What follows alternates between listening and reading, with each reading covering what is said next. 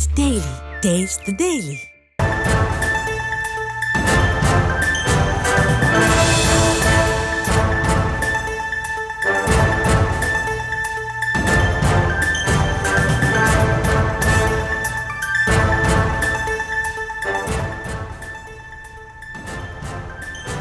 ஆணவ கொலை வழக்கில் கைதான சுர்ஜித் மற்றும் அவருடைய தந்தையிடம் தற்போது விசாரணையானது நடைபெற்று வருகிறது.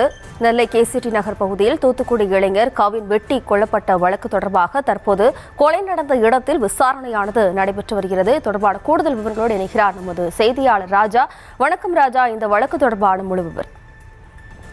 வணக்கம். மென்பொருள் பொறியாளர் கவின் கடந்த மாதம் 27ஆம் தேதி திருநெல்வேலியில் வெட்டி படுகொலை செய்யப்பட்டார். இந்த சம்பவம் தொடர்பாக கேடிசி நகர் பகுதியை சார்ந்த சுஜித் என்ற இளைஞர் கைது செய்யப்பட்டார்.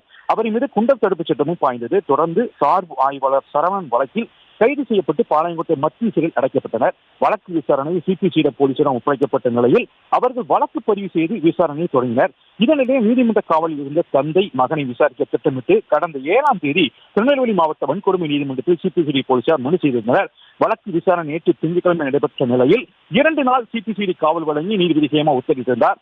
தந்தை மகன் இருவரையும் இன்று காலை 6 மணி முதல் அவர்களின் விசாரணை நடத்தப்பட்டு வருகிறது.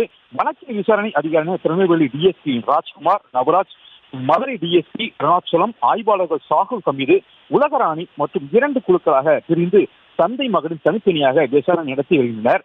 மேலும் 50க்கும் மேற்பட்ட கேள்வி அவர்களிடம் கேட்கப்பட்டு வரும் நிலையில் அவை முழுவதுமே வீடியோ பதிவு செய்யப்படுவதாக தெரிகிறது. தற்பொழுது கேடிசி நகர் பகுதியில் சம்பவம் நடந்த இடத்திற்கு அழைத்து சென்று எவ்வாறு நடந்தது என்பதை நடித்து காட்டி வீடியோ பதிவும் செய்திருந்தார். இதனிடையே சிபிசிஐடி எஸ்பி ஜவஹர் சென்னையிலிருந்து விமானம் மூலம் தூத்துக்குடிக்கு வந்து இந்த அவங்களையும் திருவி விசாரணையை நடத்தி வருகின்றனர்.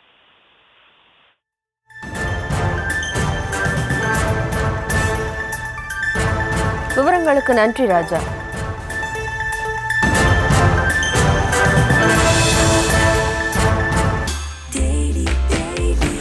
Taste the Daily. Taste the Daily.